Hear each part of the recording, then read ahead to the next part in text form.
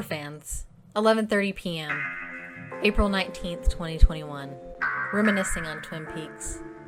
Binge watching again. Something new strikes me every time, but my feelings for the show become more overwhelming. I've never felt this way about a series before. It made me feel like the ideas I was having when I was writing did have a place in the world. Remind me to tell you about all my favorite scenes and why I think it still holds up after all these years. This show was there for me when I needed it. Oh, horror fans, I almost forgot. We've got to locate a smoked cheese pig. Fascinating. Twin Peaks is one of the most beautifully obtuse dramas ever made. It's also one of those shows that tends to polarize viewers. I was actually talking to one of my close friends about it, and she said, "You know me, should I watch Twin Peaks?" Ultimately, I told her it's a show that people either love or they absolutely do not get. I think it also helps to watch it with someone who loves it, so I said we need to watch a couple of episodes together. Though, I realized the first episode alone will be the seller. In 1986, Mark Frost and David Lynch were set up with their mutual agent. Frost said the meeting was akin to Huck Finn meeting Tom Sawyer, and added that there was this familiar twinkle in Lynch's eye. I can 100% see this playing out in my head, and it's definitely on brand for Lynch. The pair wrote several unused screenplays together. Goddess, a film on Marilyn Monroe, and One Salvia Bubble, a movie that would have starred Steve Martin, before writing what would eventually be a pilot for Twin Peaks. When they finally pitched the series to ABC, Frost described Lynch as using jazzy hand movements and talking about the way the wind whispered in the pine forest in the town. Well, that sounds a lot like Coop if you're asking me. I also realized it's always hard for me to describe what Twin Peaks really is, as there are two types of responses you can get from people who watch it. There are also two different ways to watch it depending on if you want to feel your feelings or if you want to get into the mythology. It's like a soap opera for outsiders who appreciate good cinematography. But let's expand on that thought for a moment. I've seen a few or more soap operas in my time on this earth. Hell, I was named after a character in one of them. Soap operas were likely a staple in your home as a kid. I'm sure you could name one off the top of your head if prompted. As I resonate more with the soap operas of the 80s, there's a special place in my heart for Passions, which was one of the most fantastical of them all. I used to watch it with one of my friends who ranted and raved about it to me. All I know is that one day it seemed like we were watching a typical soap, and then somewhere it spiraled into witches with dolls that had been brought back to life. But wait, when was the last time I saw something this weird and random? It was Twin Peaks. Passions came out in 1999 and owes much of its success to what Twin Peaks did at the beginning of the decade. Circling back, Twin Peaks uses a lot of soap elements when it comes to its writing and character development. This can be directly contributed to Mark Frost, who is an executive story editor and writer for Hill Street Blues. The show even has its own soap within a soap called Invitation to Love. While I think that Frost and Lynch are kind of poking fun at soaps, they're also paying respect. Playing the soap angle with Frost's help, Lynch wanted to dive back into his fascination with Americana and what lurks beneath the belly of picturesque small towns. The biggest piece of inspiration came from the case of Hazel Drew's unsolved murder, which had transpired in Sand Lake, New York, near where Frost had spent summers as a kid. Frost shared the story of Hazel, who was found on the shore of Teal Pond. The story always told to him as sort of a ghost story from Frost's grandmother, who used it as a don't go in the woods sort of scare tactic. Of course, Frost wound up being fascinated with the story. A beautiful girl winds up dead on the edge of the water, she mingled with folks of all social standing, there were multiple suspects, and the crime is still unsolved to this day. Lynch's own film Blue Velvet, as well as a film titled Peyton Place, also served as an inspiration. Peyton Place had Russ Tamblyn in it. And Tamblyn starred with Richard Beymer in West Side Story, which was also an influence for Lynch. 6 Degrees of David Lynch is fun. Lynch and Frost are certainly not a pair that seem like the universe brought them together, but they are. Though the show at times has some rather unsettling moments, I've also found that it's comforting. My little weirdo heart appreciates the brie and butter sandwich sniffing, the darker parts of the theme playing over the shot of a stoplight, and listening to Just You for what feels like an eternity. What was interesting for me is that for a show that is so full of secrets, Lynch spills none. He wants people to take it at face value and says that going any deeper ruins what the show is. I myself am guilty of spending nights in forums, especially when The Return was airing. I would stay up for hours just reading people's thoughts on every little thing in each episode. One of the most important aspects, and why it's so beloved, is the collection of actors and actresses that bring the town of Twin Peaks to life. I'm sure all of you have your own favorite characters. For me, it's hard to just nail down one. There are so many performances that make the show so enjoyable, even Frank Silva as Bob. I love Ray Wise as Leland, going off the rails and leading a double life that he himself isn't aware of. There's Sherilyn Fenn, who plays Audrey with this air of coolness and charisma, and it doesn't hurt that she's easily one of the most gorgeous women on the planet. Richard Beymer as Ben Horn is one of the best morally corrupt, slick motherfuckers I've ever seen on the screen. Machen Amick plays Shelley and glows in every scene she's in, and it's easy to see why Lynch sort of fell in love with her on and off screen. Michael Parks fucking nails everything he's ever in and does so playing the role of Jean Renault. Catherine Coulson is so wonderfully weird as the log lady. Kyle MacLachlan has led me to believe that Agent Cooper is not a character, but MacLachlan playing a riff of himself. I could do this for hours. There's Dawn S. Davis, Grace Zabarinsky, Russ Tamblyn, Dana Ashbrook, Harry Goes, Michael Horse, Miguel Ferrer, Jack Nance. Ugh, Jack Nance. Such a precious cinnamon bun, much like Michael Ontankian. There are too many amazing performances in this ensemble, and they all deserve any and every bit of praise. Lynch wanted the people of Twin Peaks to shine, and they do so perfectly. While the show deals in dreams, the town of Twin Peaks feels like a dream within a dream. I've been there, because of course I have, and it truly feels like a place separate from the rest of the world. Screw going to Narnia. Deliver me to Twin Peaks. I will gladly dance in the middle of the Double R Diner any day of the week. As Ben Horn said, admiration is for poets and dairy cows. I'm going to start this by saying this will be the hardest show to pick standout episodes for. You could easily just say the first season in its entirety and everyone would nod in agreement. It doesn't get much more solid than that. I said this in one of the previous columns, but I love season 2. When I signed up for Twin Peaks, I signed up for everything. However, I still have somehow managed to narrow it down to a good handful. But between you and me, all the episodes are my favorite. Again, for all my viewers out there, spoilers for an old-ass show ahead. Let's start off with the pilot episode, aka Northwest Passage. There's so many memorable moments in just this one episode. She's dead. Wrapped in plastic. That's a really bad imitation, but you know what I'm getting at. Then things just catapulted from there. The beach scene is forever sketched in the memories of those who saw it. The body wrapped in plastic is turned over, and when Sheriff Truman and Doc Hayward see that it's Laura Palmer, they're both in total disbelief. Even though you're not aware of the character, you feel her importance in those reactions. Her face is still, blue, and somehow peaceful.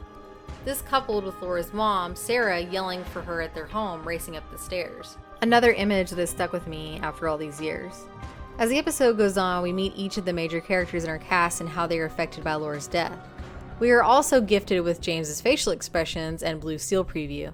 Saying that, when we see Donna, Audrey, and James in the classroom, notice how no one else seems to be affected. It's almost like they're emotionless, frozen as if nothing significant has happened. Then there's the introduction of Agent Dale Cooper, who is seen driving his car speaking to a Diane through his recorder. We immediately become enamored with his views on, well, everything. I'm in love with the kinship between Truman and Cooper, as well as the rest of the officers at the Twin Peaks station. There's also a scene between the two when they're inspecting Laura's body, looking for the letter under the fingernail, and the light flickers on and off. This was not a purposeful atmospheric move for Lynch. The lights were actually shitting the bed, so the responses you see in that scene are genuine. We meet Audrey, who is mischief incarnate. The moment when she goes in and tells the Norwegian group the news of Laura just to fuck over her dad is magnificent. Mwah. We get set up with the strife of each of the characters, and it doesn't feel forced in the least. Episode 2, titled Zen, or The Skill to Catch a Killer, is possibly my favorite. Why, you might ask? Jerry Horn and the Brie and Butter Baguettes. Who starts off any episode like this? It's fucking amazing. Nothing makes me giggle like Jerry and Ben fawning over a basic-ass sandwich. Well, it's not basic to them, but you know what I mean. Then there's Dale bringing everyone outside to learn about his love of Tibet and how it's intertwined in his life, along with the deductive technique he learned from them involving mind-body coordination, operating hand-in-hand with the deepest level of intuition. Andy gets hit in the head with a rock, and Hawk wearing those oven mitts. What's great about the latter is that Michael Horse, who plays Hawk, questioned why he would be wearing the mitts, to which Lynch said he just thought it would look funny if he wore them. Next, we get to see Audrey dancing to her theme at the Double R. Isn't it too dreamy? What strikes me is that the theme isn't all that dreamy. It definitely starts that way, but like most of Badalamenti's music, there's all these jarring parts that pull you out of that dream state.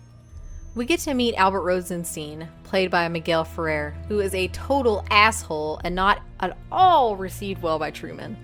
Nadine's happiness when she finally figures out how to make the drape runners completely silent.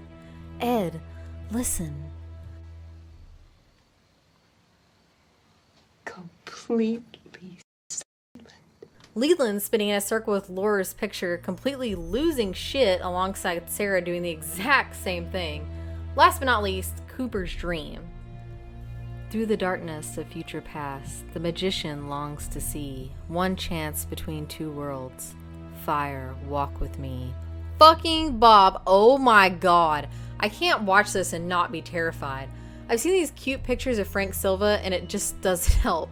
Quit ruining my life, Bob. This has got to be one of the most sinister characters of all time. Can we just play the entire sequence here?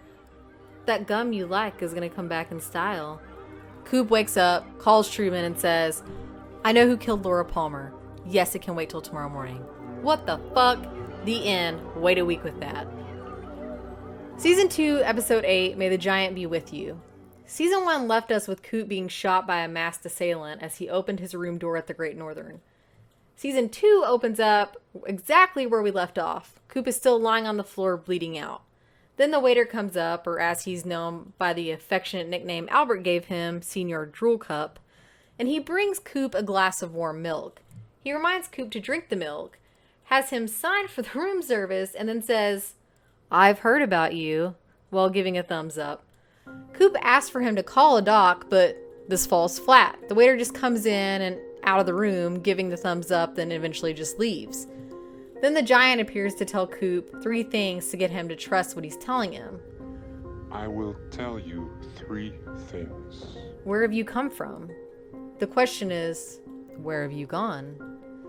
Okay, then cut to crazy-ass Leland beautifully singing, as he does now, and Sarah and Maddie are shocked to see that Leland's hair has turned white. Leland, minutes later, appears at the Great Northern, busting at a song at Ben Horn's office. Jerry starts dancing with Leland, then suddenly Ben jumps on his desk to dance as well. Benjamin Horn is fucking terrible, but I love him. After a meeting with Maddie to give Donna Laura's sunglasses, Donna goes to visit James in jail. Donna tries to be Little Miss Badass wearing Laura's sunglasses indoors in a holding area and proceeds to dry hump the cell bars. As Donna leaves, you can almost hear James thinking in his head, mark me down as scared and horny. Lucy and Andy have to go through the backlogs of Flesh World. Then there's that wonderful and heartwarming speech that Major Briggs gives to Bobby about a vision he had. It's hard not to watch it and immediately not want to tear up. Jerry and Ben start talking about weird exotic foods again. The Haywards thought it would be a great idea to have Leland over for dinner, drinks, and entertainment. Then, to my happiness, the giant shows up again to clue Coop in on some things he forgot. He also reminds us, don't search for all the answers at once. Then at the end, we do a deep dive into the 7th circle of hell with Ronette, who had flashbacks of Laura's murder at the hands of Bob. And now I can't fucking sleep. Episode 16, Arbitrary Law. Ugh. Poor Maddie got murdered for looking like Laura. This one opens with Albert telling Coop that he has found another one of Bob's signature letters under Maddie's fingernail. Albert pulls Coop aside and tells him, I don't know where this is headed. But the only one of us with the coordinates for this destination in his hardware is you. Go on whatever vision quest you require. Stand on the rim of the volcano. Stand alone for your dance.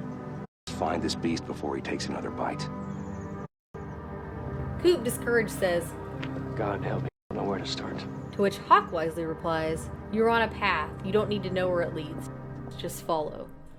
Donna takes Coop to Miss Treeman and little David Lynch's house, but the lady that answers isn't Miss Treeman. When the lady finds out that Donna Hayward is the one at her house, then she goes to retrieve a letter to Donna from Harold. In the envelope is a page from Laura's diary. As Donna is reading the entry, she is recanting Coop's dream, but in this case, it's Laura's dream.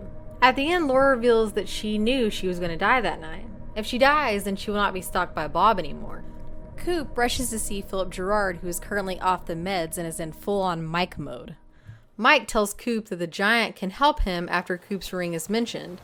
Later in the evening, Coop brings all suspicious parties to the roadhouse. Here begins the vision quest that Albert mentioned.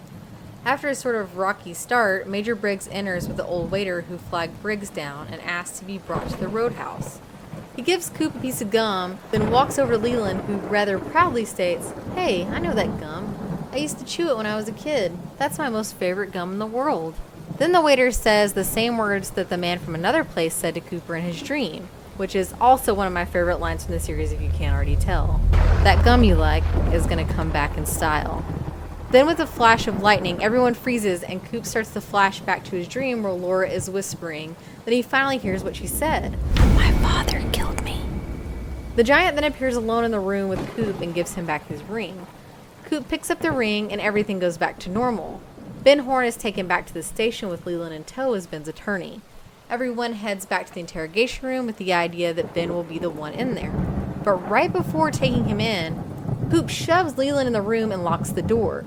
Leland then loses his shit, but as we know, it's not Leland, it's Bob. Ray Wise gives a spectacular performance here, which is one of the reasons why the episode is so damn good. The moment when Leland, actual Leland, breaks down and tells the story of how Bob tricked him as a boy, and then details Bob's plans and how he was instructed to kill on Bob's behalf is just heartbreaking.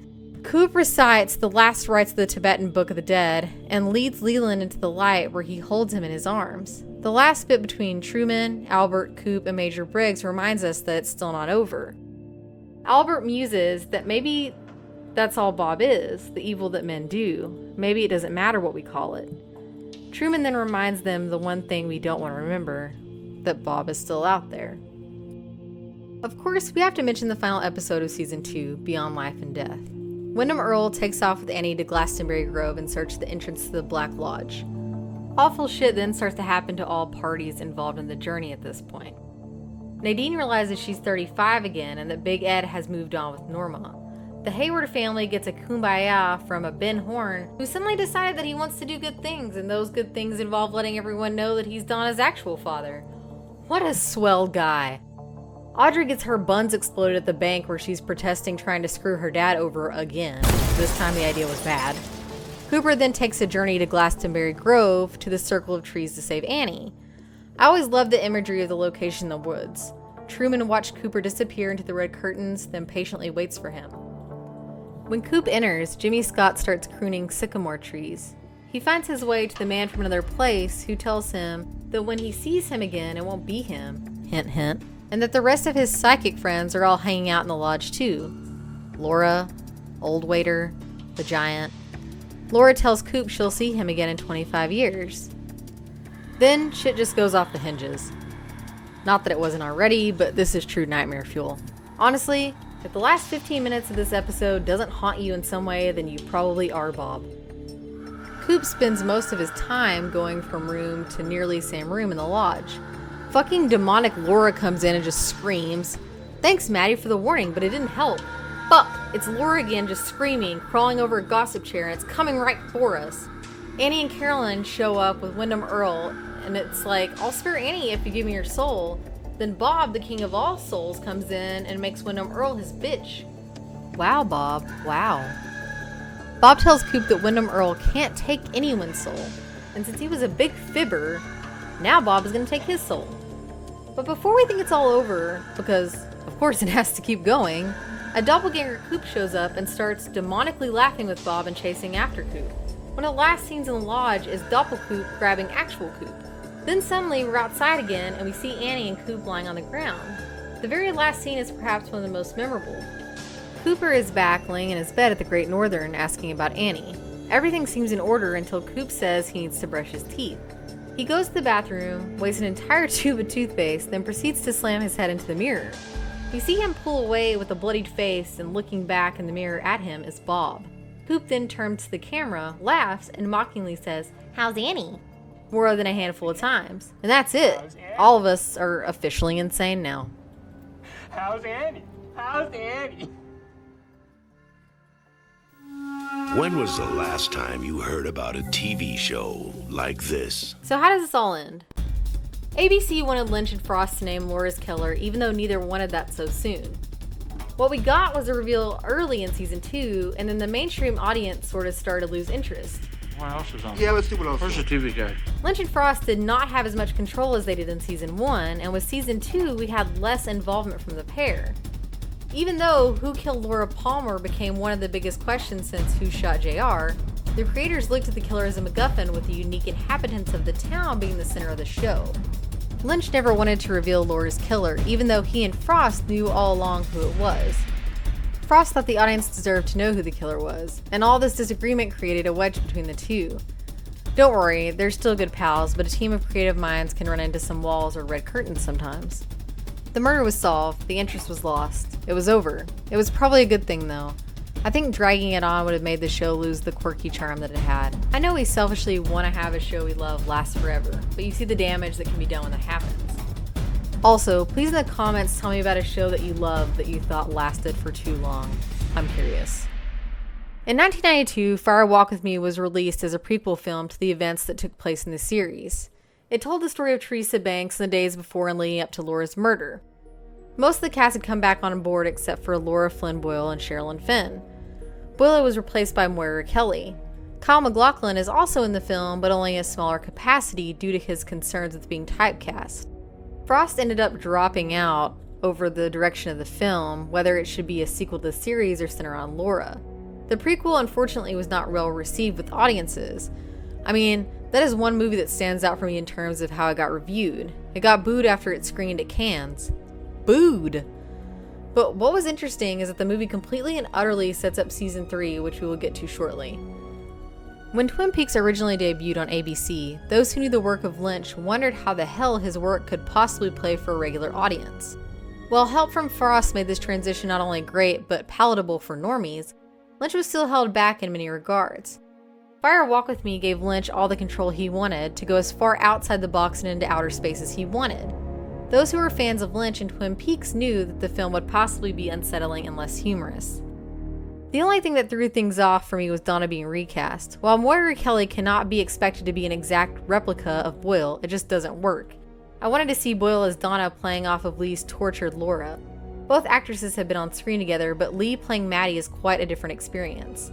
Don't feel too bad for Fire Walk With Me though. It's actually had a reversal in reviews. Critics have viewed the film in a different light, and paired with season 3, it gives viewers a different way to look at it. Essentially, it became the key to the Twin Peaks universe.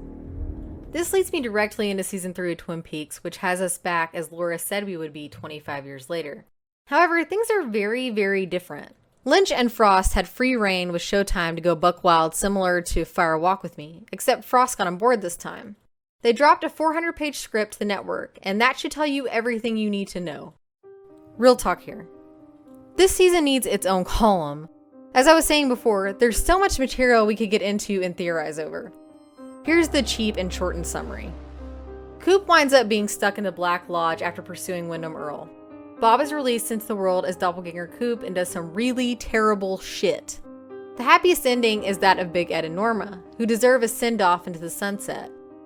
What else do we randomly drop here that would start us down a rabbit hole?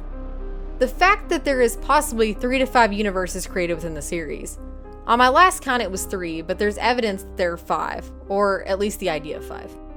The convenience store and the reoccurrence of Garbanzo, the woodsman, Philip Jeffries returning in the form of a tea kettle? The arm, the Dragon Ball-like drag out from Dougie to Coop. Hello! Janie E. Numerology. Wally Brando. Thanks, Michael Cera. Poor fucking Audrey. The glass cube which released the experiment, who is possibly a form of Judy, aka Jowdy, and made me think that Lynch has paired up with Aphex Twin to do some kind of nightmare project. This idea is not open or available. Was Sarah Palmer inhabited by Judy this whole time? Also, the glass cube is a particularly interesting device that is plopped right down in front of us and is never really explained. Was Doppelcoop hoping to trap Good Coop? Was it a gateway between universes? Can I scrub any of that out of my brain? That whole scene in the movie theater, the atomic bomb is the creation of Bob? Diane fucking shows up and it's Laura Dern, and the character's personality isn't at all what I expected. Then, before it's all over, Diane and Coop bang? Oh, and there's no Harry S. Truman. There's Robert Forster, who is cast perfectly as his brother, and seeing Forrester always warms my heart. However, it's hard to call Twin Peaks without Harry. Also, leave Tammy alone, you mouth breathers. After all this, we're left with Coop Richard and Laura Carey. They come back to Twin Peaks, only this isn't Twin Peaks, or at least not the one we recall. Laura is never freed from her own tragedy. She seems to be tasked with living it over and over again. I think with the theme of multiple universes and time travel, all of us would be hard-pressed not to try to correct any wrongdoings in our own lives. Everyone has that one moment they wish they could prevent from happening, but we can't. I wonder if we can apply this quote from Nietzsche: "To live is to suffer, to survive is to find some meaning in the suffering. Shovel your way out of the shit." So, where are we now? How do I get more Twin Peaks? Well, the most recent news is that Lynch is doing another show for Netflix, which is tentatively titled Wisteria. No one knows if this is a Twin Peaks spinoff or not, but Kyle MacLachlan and Michael Horst have tweeted about it. Ooh. Lynch is normally super secretive with his project, so no matter what it is, I will be waiting sort of patiently.